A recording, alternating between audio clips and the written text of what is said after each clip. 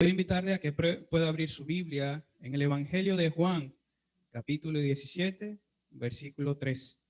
Hoy vamos a estar meditando en un texto corto, pero lleno de mucho significado para nosotros, para la iglesia de Cristo. Evangelio de Juan, capítulo 17, versículo 3 dice: y esta es la vida eterna, que te conozcan a ti, el único Dios verdadero, y a Jesucristo, tu Hijo, a quien has enviado. Amén. En estos últimos días hemos estado haciendo énfasis en la necesidad de conocer a Dios como realmente se ha revelado y se ha dado a conocer a través de su palabra. Es el título de nuestro aniversario y algo que quisiera que estuviéramos abrazando y recordando constantemente, no solamente durante este año, sino durante cada año que el Señor dé a esta amada congregación o cada año que el Señor le conceda a usted, querido hermano. Recordemos cómo Dios se ha dado a conocer y sigamos conociéndole cada vez más. Si usted piensa que ya conoce lo suficiente del Señor, recuerde las palabras de Job, que lo que conocemos o lo que Dios ha dado a conocer solamente son los bordes de sus caminos. Es decir, una pequeña parte del todo. Y si Dios es perfecto en cada uno de sus atributos, ¿cuánto nos falta conocerle? Toda una eternidad no nos alcanzaría para conocer al Dios Todopoderoso, a nuestro Señor y Rey. Amén. Al observar nuestro propio entorno, podemos confirmar que hay muchos que pretenden conocer a Dios por sus propios medios, a su propia manera, conforme a sus gustos y deseos pecaminosos. El gran pecado que cometen al tratar de hacer esto es ignorar que Dios se ha revelado en Cristo Jesús, su Hijo, y que Jesús, nuestro Señor, le ha dado a conocer. Nuestro Señor Jesucristo, en el momento en el que estuvo aquí en la tierra, procuró siempre mostrar la gloria del Padre y que las personas pudieran dirigir su atención a las palabras de Dios, a los milagros que Cristo hacía en nombre de su Padre. Siempre apuntaba hacia Dios. A través de las Escrituras vemos cómo Cristo ha dado a conocer al Padre, que las personas y que ese conocimiento es necesario tanto para ser salvos como para disfrutar de la vida eterna. Es decir, que para que nosotros podamos realmente disfrutar de esta vida eterna, como lo vemos en el versículo 3, necesitamos conocer a Dios. Necesitamos conocer a nuestro Señor por medio de una relación personal con Él. Haremos bien al prestar atención entonces al testimonio que Cristo ha dado del Padre y de lo que la Escritura dice de Él, siendo esta su palabra. Me propongo en esta mañana, o pido al Señor que esta meditación sea para nosotros, la iglesia, una exhortación para que cada día reflexionemos acerca de nuestro Dios, de lo poco que conocemos de Él y de lo necesitados que estamos de conocerle cada vez más. Oh amado, no se conforme con el conocimiento que ya tiene, más bien anhele cada vez más de la riqueza que Dios tiene y que nos ha dado por medio de su palabra, por medio de Cristo Jesús. Por tanto, enriquezcámonos cada vez más por medio de nuestro Señor. Hoy quiero hablarles de dos cosas basados en este pasaje que acabamos de leer. Primera de ellas, hablar acerca del conocimiento claro de Dios. Cristo nos ha dado un conocimiento claro, o también podríamos decir directo, acerca de Dios.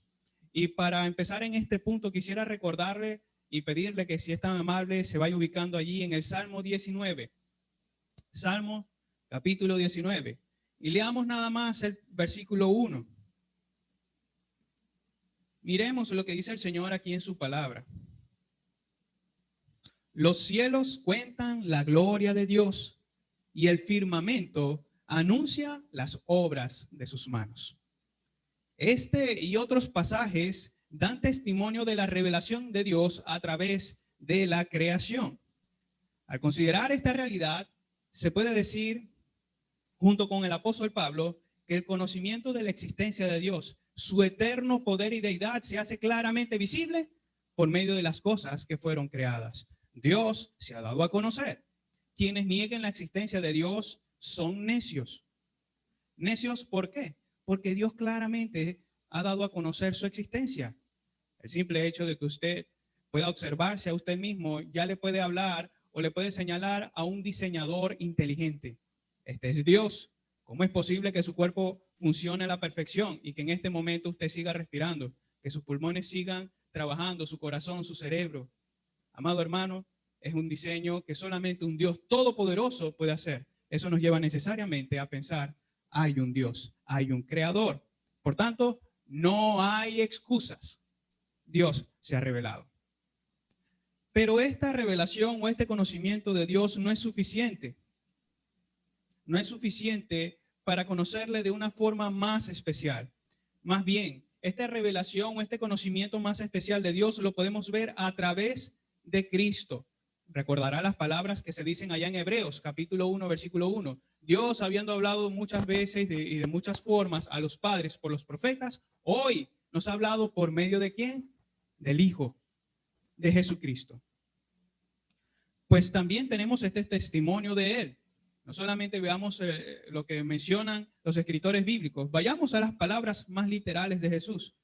Fijémonos que el Señor dice que Él ha venido para hacer la voluntad del Padre y que todo lo que ha oído del Padre lo ha dado a conocer. Y es entonces así que podemos ver en Cristo a Dios. El que me ha visto a mí, dice el Señor Jesucristo, ha visto al Padre. El apóstol Pablo dice, Dios, que mandó que de las tinieblas resplandeciese la luz, es el que resplandeció en nuestros corazones para iluminación del conocimiento de la gloria de Dios en la faz de Jesucristo. Querido hermano, querido oyente, solamente podremos conocer a Dios de forma especial por medio de Jesús, porque Él es la gloria del Padre. Y Él se ha revelado, Él vino a esta tierra. Y esta es una verdad ciertísima. En Cristo podemos tener un conocimiento más claro acerca de Dios. ¿Quiere usted conocer a Dios? Venga a Cristo. El texto de estudio de hoy forma parte de una oración del Señor Jesucristo a la que conocemos como la oración sacerdotal. Recuerde que cuando utilizamos este adjetivo sacerdotal nos referimos al ministerio que cumplían estas personas que había escogido Dios para mediar entre Dios y los hombres. De manera que la oración que Cristo está haciendo aquí es una oración intercesora. Es una oración que media entre Dios y su pueblo, pidiendo que al Padre. Eso es lo que vamos a ver durante todo el desarrollo de hoy. Entonces, lo que precede a esta oración, es decir, versículos atrás en el capítulo 16, es una declaración que el Señor dio a sus discípulos, y es que había llegado el momento en el que ya no les hablaría por medio de alegorías, es decir, por medio de ilustraciones, sino que ahora les hablaría más claro. Eso usted lo puede confirmar en el capítulo 16, versículo 25. Ahí el Señor les había dicho, ya no les hablaré por parábolas o por ilustraciones, mejor dicho. Ahora les hablaré más claramente. Y los discípulos, al escuchar esto y sus otras palabras, dijeron, ahora sí entendemos lo que quieres decir. Ahora sí comprendemos. Tengamos en cuenta que siempre que el Señor hablaba, no buscaba hacer su propia voluntad, sino la voluntad del Padre. Y que esta voluntad era darle a conocer a Él por medio de sí mismo, porque también Él es el que dijo, el que me envió es verdadero, hablando de Dios Padre. Y yo, lo que he oído de Él, esto hablo al mundo. Cristo no se enfocó en hablar de otra cosa. Cristo se enfocó en dar a conocer a su Padre, a Dios. Así que escuche las palabras de Dios, de Cristo, porque en Él, en sus palabras, le conoceremos cada vez más. Y con estas palabras del Señor, desde el versículo 16, desde el capítulo 16, versículo 25 en adelante, vemos cómo Jesucristo dirige la atención de sus discípulos hacia el testimonio del Padre, lo que quería Cristo que conocieran sus discípulos, que Dios glorificara al Hijo para que el Hijo glorificara al Padre. Eso lo pueden ver en el versículo 1 del capítulo 17, por favor. Vayamos allá. Estas cosas habló Jesús y levantando los ojos al cielo, dijo, Padre, la hora ha llegado, glorifica a tu Hijo para que también tu Hijo te glorifique a ti. Vamos a notar que estas palabras que menciona el Señor Jesucristo tienen, por supuesto, mucha relación y armonía con lo que vemos en el Antiguo Testamento. Por ejemplo, podemos confirmar que cuando Dios quería darse a conocer a su pueblo, por lo general lo hacía a través de la manifestación de su gloria. Dios manifestaba su gloria y así se daba a conocer a su pueblo. Por ejemplo, consideremos la gloria de Dios entre los egipcios y los israelitas. quienes ya han leído el libro de Éxodo se les hace un poco más fácil entender esto. Pero en primer lugar, respecto del faraón, fíjese lo que dijo Dios a Moisés. Éxodo 14:4. Éxodo 14:4 dice: yo endureceré el corazón de Faraón para que los siga, es decir, para que el faraón siga o persiga al pueblo israelita al salir de Egipto. Y seré glorificado en Faraón y en todo su ejército. Y sabrán, ¿qué van a saber los egipcios? Y sabrán los egipcios que yo soy Jehová. Énfasis añadido allí. Dios se iba a dar a conocer a los egipcios por medio de las grandes maravillas que él haría. ¿Y qué fue lo que hizo el Señor? El Señor retiró su gracia del corazón de Faraón y estos, prosiguiendo en pecado, quisieron ir contra el pueblo de Dios, intentando pasar en seco también, pero en ese momento Dios hizo caer las aguas sobre el ejército de Faraón y todos se ahogaron. Allí los egipcios se dieron cuenta, Él es Dios. Y no solamente los egipcios. Recordará que cuando el pueblo israelita llegó a Jericó, que fueron enviados los espías, ¿qué dijo Rahab acerca de lo que Dios había hecho por medio de los israelitas?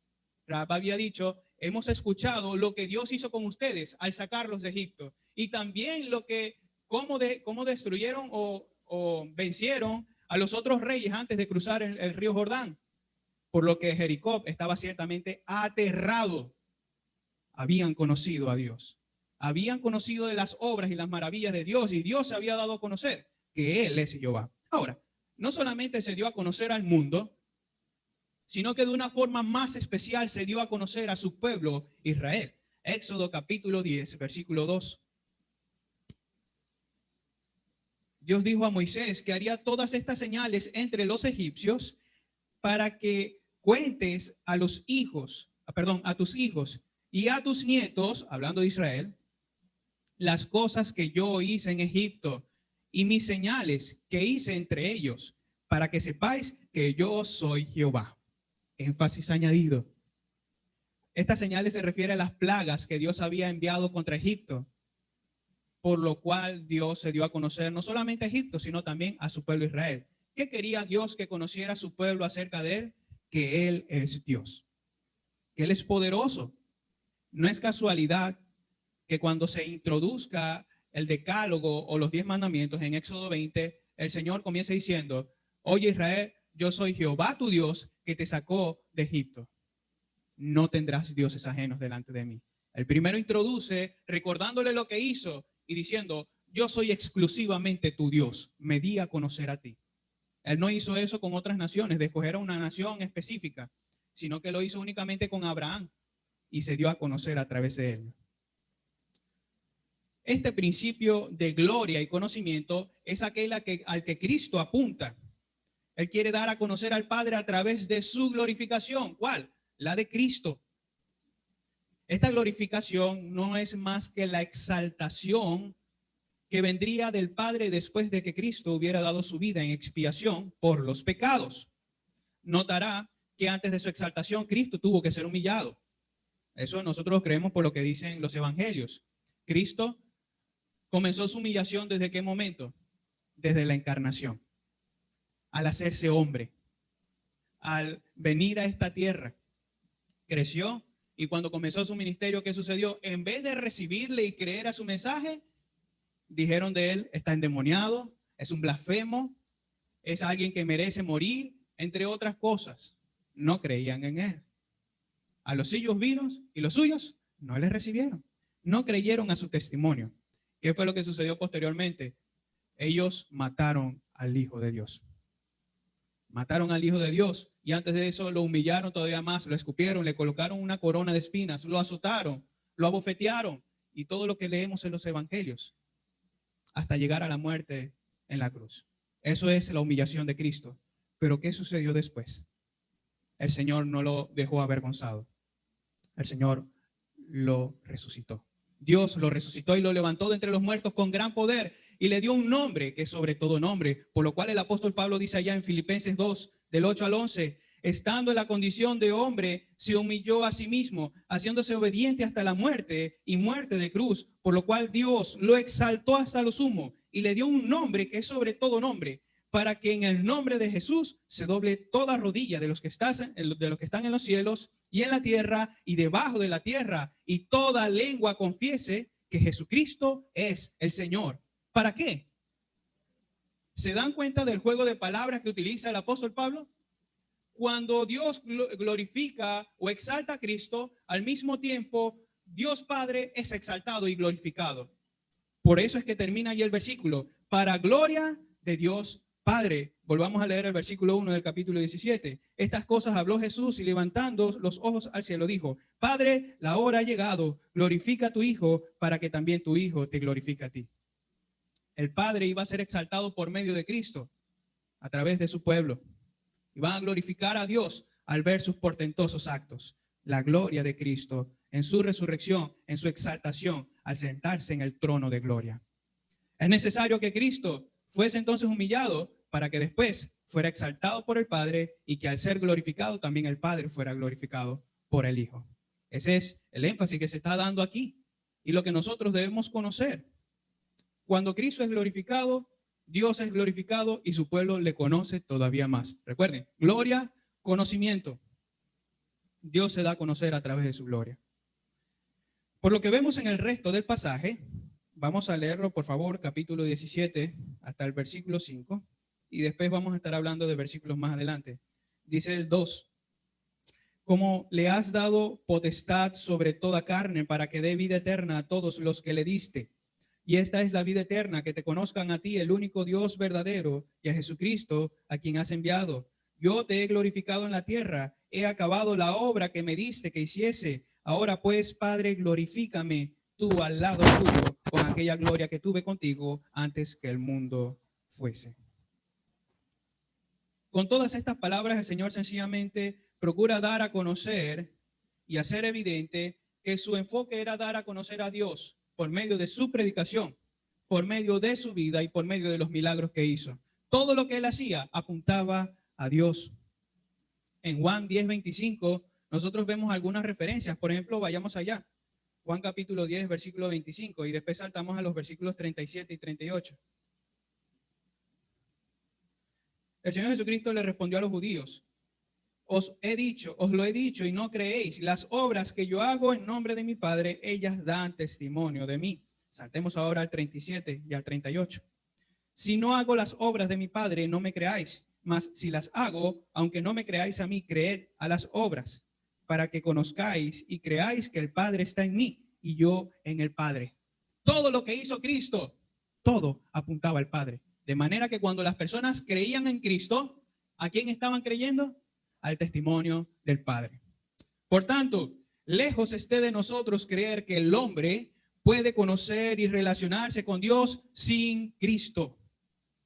Para conocer y relacionarse con Dios de manera especial, es necesario que vayamos a Cristo Jesús, quien le ha revelado de forma clara. Otros medios no hacen más que oscurecer el conocimiento de Dios y desviar a las personas. Recuerde que comenzamos diciendo que el enfoque de Cristo era dar a conocer a Dios de forma más clara. Versículo 25 del capítulo anterior. Jesucristo le estaba diciendo a sus discípulos, ya no les voy a hablar de alegorías, ahora les hablaré más claro. En Cristo vemos un enfoque o un conocimiento más claro de Dios. De manera que cualquier persona que quiera llegar hacia Dios sin Cristo o aparte de Cristo no hace más que oscurecerse cada vez más. Es aquello que el apóstol Pablo mencionaba, envanecerse cada vez más en su razonamiento. Habiendo conocido a Dios, no le glorificaron como a Dios y allí fueron cada vez más en decadencia. Su conocimiento de Dios fue entenebreciéndose más y no le dieron la gloria. Amados, es necesario que para dar gloria a Dios y vivir una relación correcta, agradable, que realmente sea de bendición con Dios, vayamos hacia Cristo. Que conozcamos cada vez más a Dios por medio de Cristo. Entonces las palabras de Cristo en ese contexto atienden tanto a personas que han creído en Él como a aquellas que no. Por tanto, querido oyente, si no has creído en Cristo, si aún no conoces a Dios, ven a Cristo y cree a su testimonio. Cree lo que Él ha dicho, pues todo lo que Él ha dicho apunta al Padre. No creas que eres hijo de Dios y que tienes una relación parental con Dios si aún no has creído a su testimonio. Eso es una contradicción muy obvia, porque no creer en Cristo significa no creer en el Padre. El Señor Jesucristo es el que dijo también: a todos los que le recibieron y a los que creen en su nombre, les dio potestad de ser hechos hijos de Dios. Por tanto, querido oyente, no creas que ya tienes una relación con Dios si aún no has creído en Él.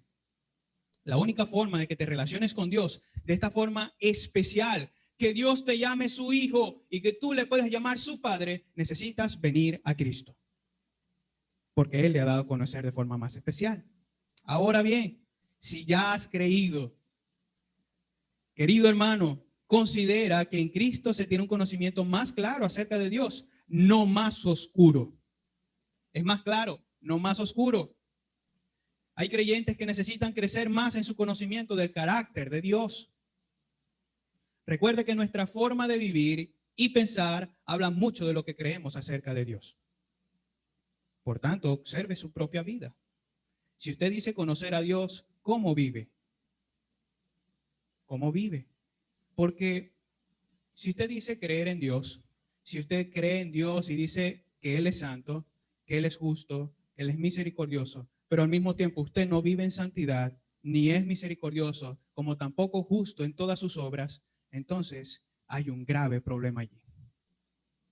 Le recuerdo, el conocimiento que Cristo da hace que nuestro conocimiento de Dios sea más claro, no más oscuro.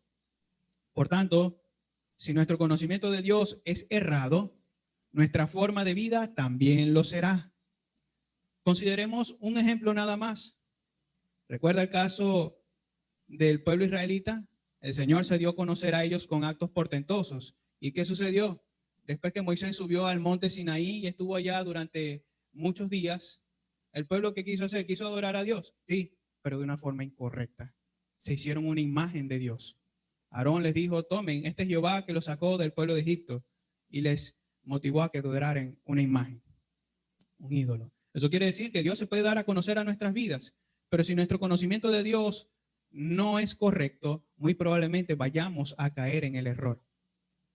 Por tanto, acerquémonos a Cristo y conozcámosles cada vez más. Cristo le ha revelado de forma más clara. Eso quiere decir que ahora podemos vivir como Él es, porque Él es. Y eso último, recordemos lo que dice Pedro, citando el Antiguo Testamento también. Así que porque Dios, que es el que nos llamó, es santo, sed vosotros santos en toda vuestra manera de vivir. Eso nos lleva a nuestro segundo punto de hoy. Todas estas palabras desde el versículo 25 hasta el versículo 2 del capítulo 17 no hacen más que llevarnos a esta declaración sublime del versículo 3. Y esta es la vida eterna, que te conozcan a ti, el único Dios verdadero, y a Jesucristo, a quien has enviado. Habiendo sido exaltado, Cristo recibe la potestad. ¿Cuál potestad? Toda la potestad. Como lo dice Mateo 28, 19. Y con ello, con esta potestad, la capacidad de dar vida eterna a todos lo que el Padre le ha dado, refiriéndose a los escogidos, quienes creerían por la obra del Espíritu Santo en sus propias vidas, como lo confirmamos en Juan 3, 5 al 6 y después el 17, versículo 2.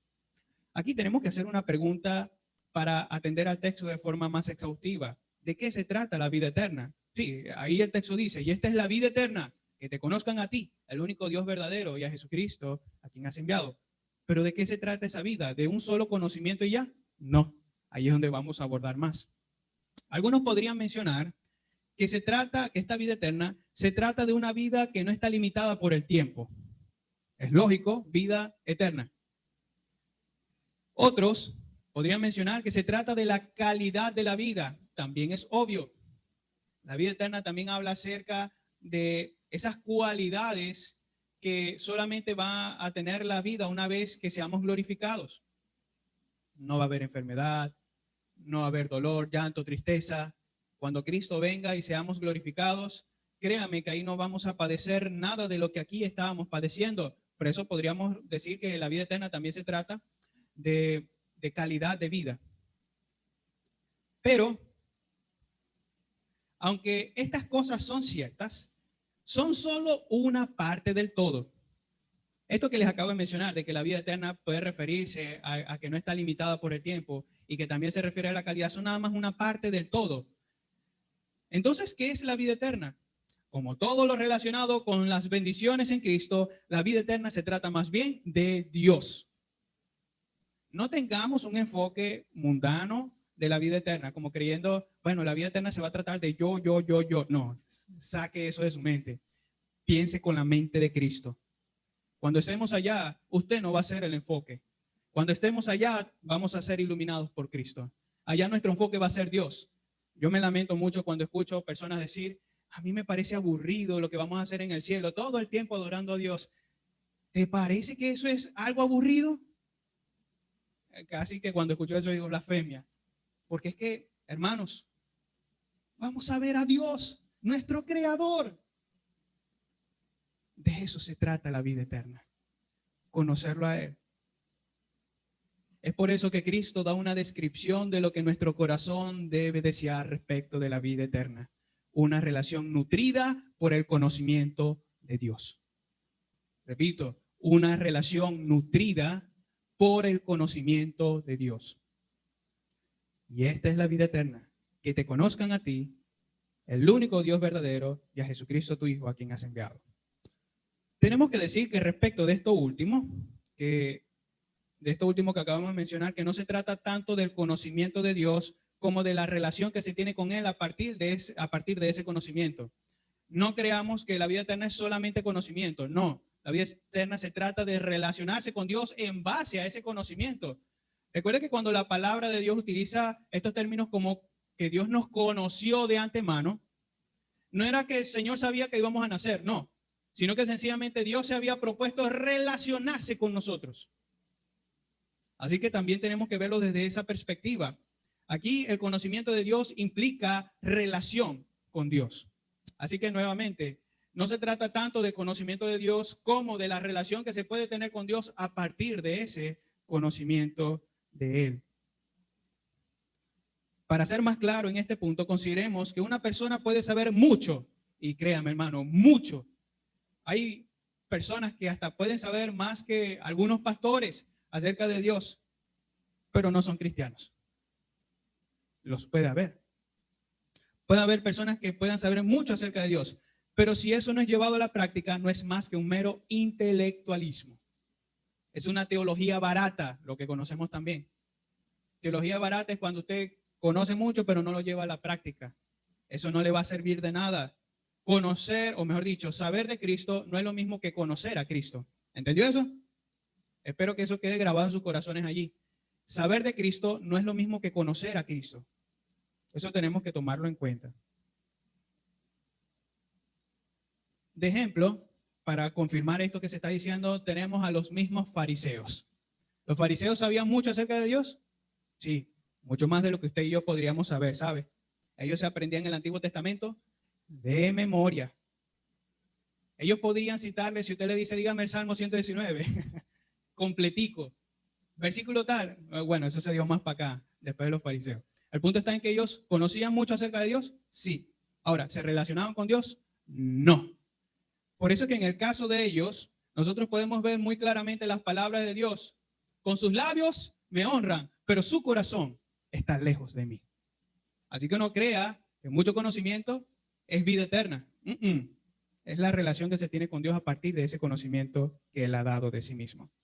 A partir de esta declaración de Cristo en el versículo 3, tenemos que empezar a evaluar nuestras propias vidas.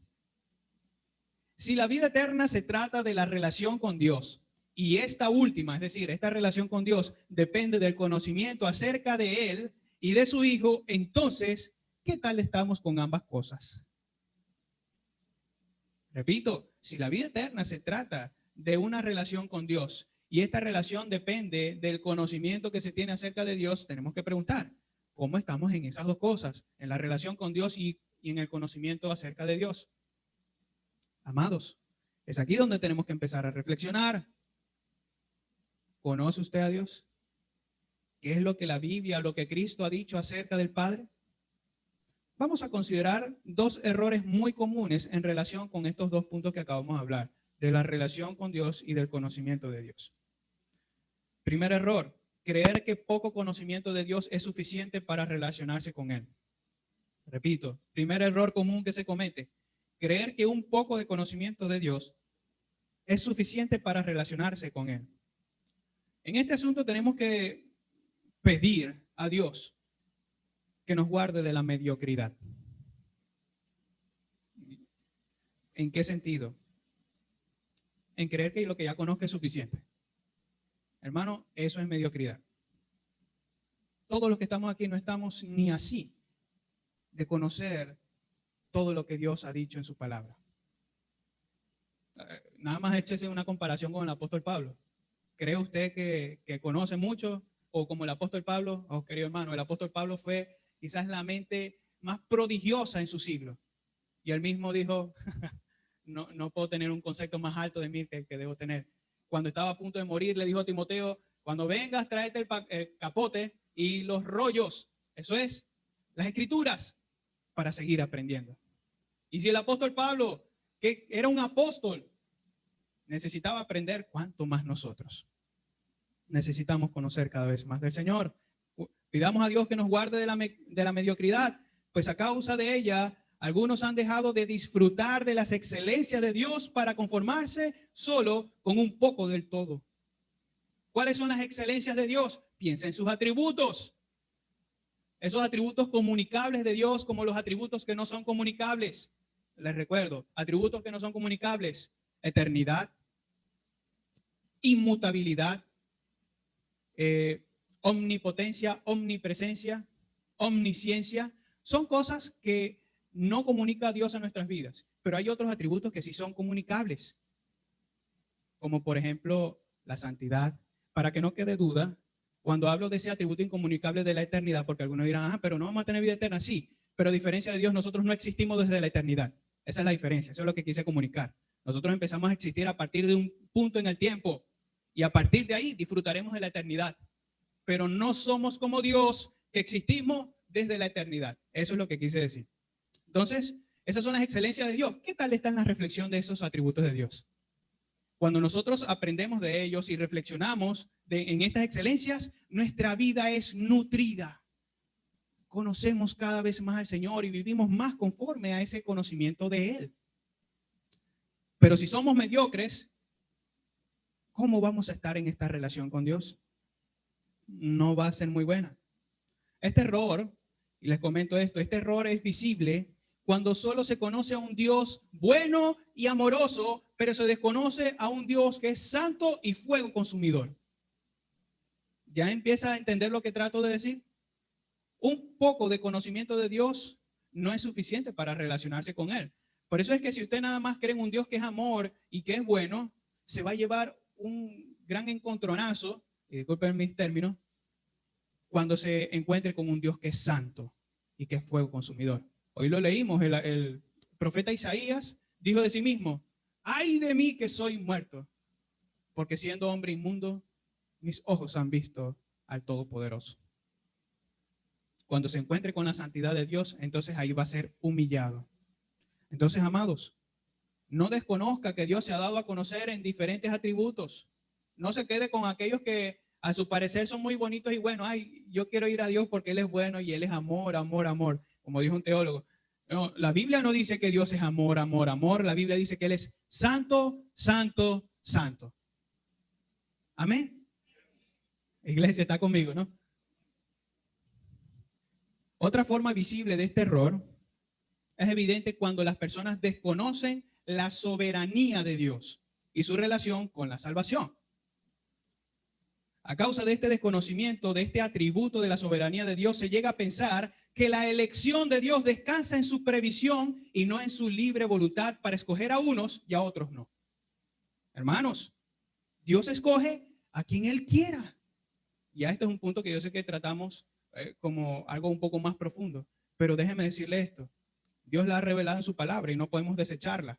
Él se ha dado a conocer en este atributo de su soberanía en relación con la salvación. ¿Y qué ha dicho Él? A unos escoge y a otros no. A Él sea la gloria, porque Él es soberano. Reconozcamos que Él es quien ha dicho lo siguiente: tendré misericordia del que yo tenga misericordia y me compadeceré del que yo me compadezca. Así que no depende del que quiere ni del que corre, sino de Dios que tiene misericordia. Y me gusta cómo siguen más adelante los versículos en el capítulo 9 de Romanos, diciendo y exhortándonos: oh hombre, ¿quién eres tú para que alterques con Dios? Dirá el vaso de barro al que lo formó: ¿por qué me has hecho así? Humillémonos ante la soberanía de Dios. Si Dios lo ha salvado, glorifique a Dios, porque su elección, la elección de Dios de usted, no se basó en usted, se basó en la libre voluntad de Dios, en su amor, en su soberanía. ¿Y qué de los que piensan que la vida eterna descansa en la sola responsabilidad del hombre? Cuando no se cree en un Dios soberano, se cree que la seguridad de la salvación solamente descansa en la perseverancia del creyente. Y aquí tenemos que hacer una pausa. Hay una doble verdad que debemos reconocer acerca de esta doctrina de la seguridad de la salvación. Y es que la perseverancia de los santos se basa en la preservación que Dios hace de los santos. Repito, la perseverancia de los santos, que es una doctrina que enseña la Biblia, ¿se basa en qué? En la preservación que Dios hace de los santos. Hermano, si usted persevera hoy, no es porque usted tiene todas las fuerzas, es porque Dios les da la fuerza. Es porque Dios los preserva a usted. Y para muestra, consideremos lo siguiente: esta perseverancia depende en sobremanera de la actividad soberana e intercesora de Cristo como nuestro sumo sacerdote. Usted es preservado porque Cristo intercede por usted y no por otra razón. Repito, usted persevera hoy en la fe porque Cristo intercede por usted. Nada más veamos los versículos siguientes en este mismo capítulo 17 de Juan. Dice ahí en el versículo 9 al 10 y después el 12 y después el 15. Yo ruego por ellos, dice Cristo. No ruego por el mundo, sino por los que me diste, porque tuyos son, y todo lo mío es tuyo, y lo tuyo es mío. Y he sido glorificado en ellos. Cuando estaba con ellos en el mundo, yo los guardaba en tu nombre. A los que me diste, yo los guardé. Y ninguno de ellos se perdió. No ruego que los quites del mundo, sino que los guardes del mal. Es por esa oración de Cristo que usted, querido creyente, que usted y yo permanecemos. Es porque Cristo está delante del trono de Dios, en el lugar santísimo, mediando entre Dios y nosotros. Es por la actividad sumo sacerdotal de Cristo. Amado hermano, ¿qué tenemos que decir acerca de esto? Si deseas gozar y disfrutar de los beneficios de una relación con Dios, debes conocerle cada vez más. No te conformes con una pequeña parte. Dispón de las riquezas que Dios ha comunicado en su palabra para ti. ¿Crees que Dios es rico? Nos ha dado sus riquezas a través de su palabra. Hoy somos ricos, no desde el punto de vista mundano, desde el punto de vista que realmente importa, desde el punto de vista de Dios. Y hemos sido enriquecidos con el conocimiento de Dios. Así que no te conformes con una pequeña parte, querido hermano. Conoce a tu Dios.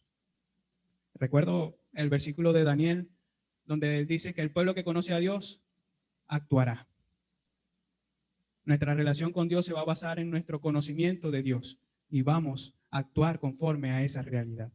Eso nos lleva al segundo error que comúnmente se comete. Les recuerdo, el primero se trataba de creer que un poco de conocimiento de Dios es suficiente para relacionarse con Él. Ahora vamos con la contraparte. Otro error común es creer que mucho conocimiento de Dios es suficiente para relacionarse con Él. Alguien diría, hermano, se está contradiciendo. No, vamos a ver un poco más. Este es otro problema latente en muchos creyentes, en especial en los que tienen muchos años en el Evangelio. Pues se llega a creer o se llega a pensar que mucho conocimiento es sinónimo de que todo está bien. Y déjeme decirle, eso no es cierto. Mucho conocimiento no es sinónimo o no significa que entonces todo está bien. Nuevamente, les recuerdo el caso de los fariseos. Los fariseos conocían mucho acerca de Dios, pero ¿estaban bien? No. Cristo dijo de ellos, ustedes son sepulcros blanqueados. Así que tenga cuidado. Este problema puede ilustrarse con un árbol cuyas raíces se extienden por un radio muy amplio, pero a la vez son raíces muy superficiales. ¿Qué va a suceder con ese árbol cuando vengan vientos fuertes? Se va a caer. Repito, este problema es parecido a un árbol que tiene raíces que se extienden por un radio muy amplio, pero son muy superficiales. Vienen los problemas, vienen los vientos fuertes y se cae. Cuando aplicado a nosotros, tenemos que ver que así puede suceder, porque ocurre este peligro de caer en el desagrado paternal de Dios cuando sabemos hacer lo que es bueno y no lo hacemos. Usted puede llegar a caer en el pecado. Y ojo con esto, no estoy diciendo que la persona puede perder su salvación. Eso no es verdad. La Biblia dice que permanece. Ahora, ¿puede el creyente pecar en el sentido de caer en el pecado? Sí. Puede suceder cuando no llevamos ese conocimiento a la práctica. Por eso es que Santiago exhorta a los creyentes diciéndole, el que sabe hacer lo bueno y no lo hace, le es pecado. Entonces tenga cuidado. Mucho conocimiento no es sinónimo de que todo está bien. Pero déjeme decirle esto. Cuán bendecido es el creyente que al conocer mucho al Señor es al mismo tiempo imitador de Él. Eso es ciertísimo. Cuán bendecido es el creyente que al conocer mucho a Dios vive imitándole a Él. Somos muy bendecidos cuando le imitamos en base a ese conocimiento. De ellos se agrada el Señor. El Señor se agrada de aquellos que le conocen y viven como Él quiere. Dios ha regalado a su pueblo personas a los que les ha dado mucho de sí y han sido de mucha bendición para el pueblo cristiano. Voy a hablar nada más de los que están en la Biblia, pero recuerde que a lo largo de estos siglos Dios también ha provisto hombres y mujeres de Dios que han sido una bendición grandísima para el pueblo de Dios, que han dado ejemplo por el conocimiento que Dios les ha dado acerca de sí. Pero nada más hablemos de un hombre y una mujer. Recuerdo a Pablo. Pablo era un hombre que él tenía todos sus conocimientos por basura a fin de poder conocer a Dios, a fin de poder relacionarse cada vez más con Él. Y ese conocimiento o esa relación que él tuvo con Dios sirvió para bendecir al pueblo de Dios. ¿De qué forma? A través de los dones que Dios le dio. Él pudo edificar al pueblo de Dios de la misma manera que usted, querido hermano y querido oyente, puede entonces, al creer en Cristo, beneficiar a los demás a partir de su relación con Dios. Le doy otro ejemplo. Aquilas y Priscila. Priscila era una mujer que participaba junto con su esposo en la enseñanza y juntos ayudaron a Apolo, un hombre que edificó también mucho a la iglesia. Pero cómo Dios utilizó a este señor junto a su esposa, les dio conocimiento de la verdad acerca de Jesucristo. Y ambos participaron de la enseñanza. Nada más otros casos. Loida y Eunice, ¿cuánto usó Dios a estas mujeres para enseñar a Timoteo? La verdad de Dios. Entonces, hermanos, cuando el conocimiento de Dios se lleva a la práctica, al mismo tiempo se puede gozar de una buena relación con Dios y así se puede ser de gran bendición. Se puede dar gran fruto. Así debería ser nuestro anhelo. Conocerle más para relacionarnos con Él de una mejor manera y así ser de bendición a quienes nos rodean. Hermanos, y tiempo nos faltaría contando de cada hombre y mujer cuya relación con Dios estuvo bien arraigado a la verdad revelada de Dios. El conocimiento de Dios debe llevar a los creyentes a ser imitadores de estos atributos, como los mencionamos también: santidad, misericordia, justicia, fidelidad, amor, paciencia y otros más. Así que consideremos que el Señor quiere que no nos quedemos con una pequeña parte de su conocimiento. Más bien Él quiere que lo conozcamos cada vez más y nos relacionemos cada vez más con Él. El ideal de la vida eterna es que podamos disfrutar de este conocimiento de Dios, que pueda ser amplio, pero que también vivamos en comunión con Él al ser colocado en práctica. Eso es, por ejemplo, lo que vemos en Efesios 4:13. Hasta que todos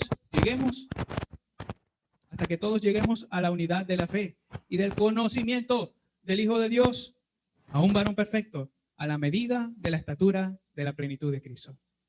Nadie tuvo mejor relación con Dios que Cristo Jesús. Pero ahora en Cristo Jesús podemos tener una relación con el Padre. Amado hermano, y déjeme decirle esto, que aquel que no se avergüenza de llamarnos hermanos es quien nos ha dado a conocer al Padre. Por tanto, conozcamos a Dios. Ese es el título de nuestro aniversario, de nuestra campaña aniversario, conociendo al Dios de la Biblia. Amado hermano, yo espero que salgamos de aquí retados a querer conocer cada vez más a Dios para relacionarnos con Él y que podamos disfrutar desde antes de la gloria, desde antes de que Cristo venga, empecemos ya a disfrutar de esa vida eterna y ser de bendición para quienes nos rodean. En conclusión, Dios se ha revelado en Cristo y Cristo le dio a conocer de forma muy clara. Eso es ineludible. Y este conocimiento de Dios ha sido dispuesto para que todo aquel que quiera, no unas pocas personas, no, todo el que quiera pueda tomarlo.